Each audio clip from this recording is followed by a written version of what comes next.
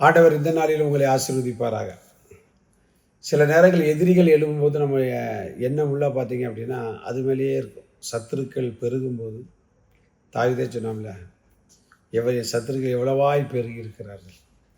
இந்த அனுதின கர்மலை தினேசை கேட்டு அருமையான தேவனுடைய உங்களை சுற்றிலும் ஒரு பெரிய பிரச்சனை, ஒரு போராட்டம், சத்துருக்கள் பெருகி இருக்கலாம், எதிரிகள் பெருகி இருக்கலாம், பிரச்சனை பெருகி இருக்கலாம், சாத்தானுடைய போராட்டங்கள் பெருகி இருக்கலாம். அதுக்காக நம்ம சோர்ந்துலாம் போயிடக்கூடாது.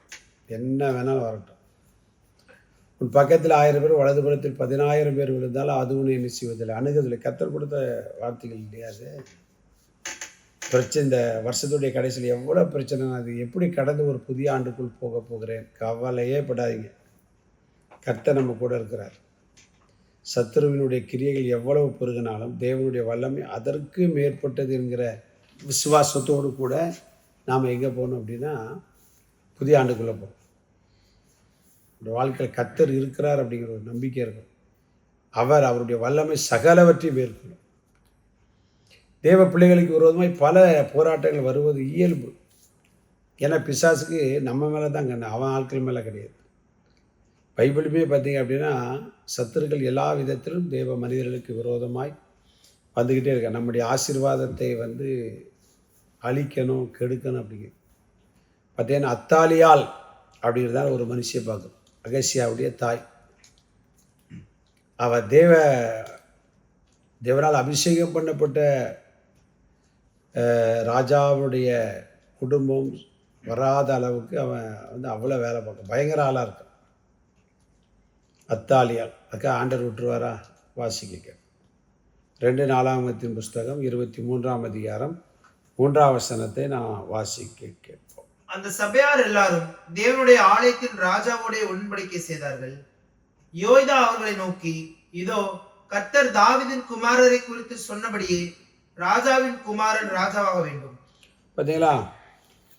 ராஜாவின் குமாரனை ராஜாவாக்க விடாதபடிக்கு அத்தாலியா கேஸ். இதுக்கு அர்த்தம் என்ன அப்படின்னா, தேவன் நமக்கு நம்முடைய பிள்ளைகளுக்கு வைத்திருக்கிற ஆசீர்வாதத்தை பிசாசு அத்தாலியால்ங்கிறதான ஒரு மனுஷியை பயன்படுத்தி தடுக்கிறான்.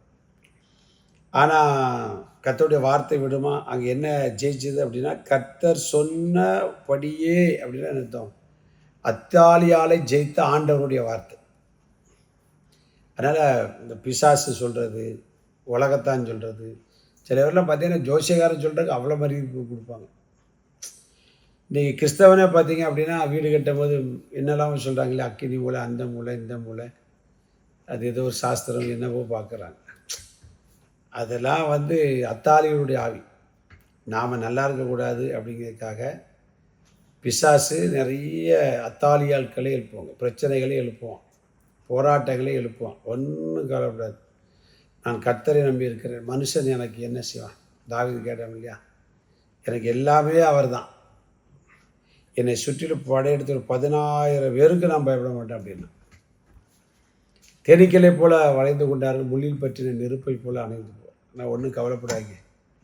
கர்த்தருடைய வார்த்தை நம்மகிட்ட இருக்குது. ஆண்டவர் வார்த்தை நம்மை குறித்து என்ன சொல்லியிருக்கிறாரோ அது நிறைவேறும்.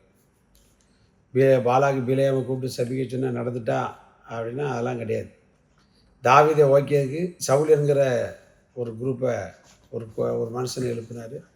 தாவீது ஜெயித்தான், சவுல் தோற்று போனான். கோலியாத்தை எழுப்பினான், தாவீது ஜெயித்தான், கோலியாத் தோற்று போனான். அப்போது ஆண்டவருடைய வார்த்தை எதுவோ அது நம்முடைய வாழ்க்கை குடும்பத்தில் நிறைவேறும். இந்த வருஷத்துக்கு கடைசி பகுதியில் வந்திருக்கிற வாழ்க்கையில் கர்த்தர் என்ன செய்வார்? கண்டிப்பாக அற்புதங்களை செய்வார். அதனால் ஆண்டவருடைய வார்த்தை பிடித்துக் கொள்ளுங்கள்.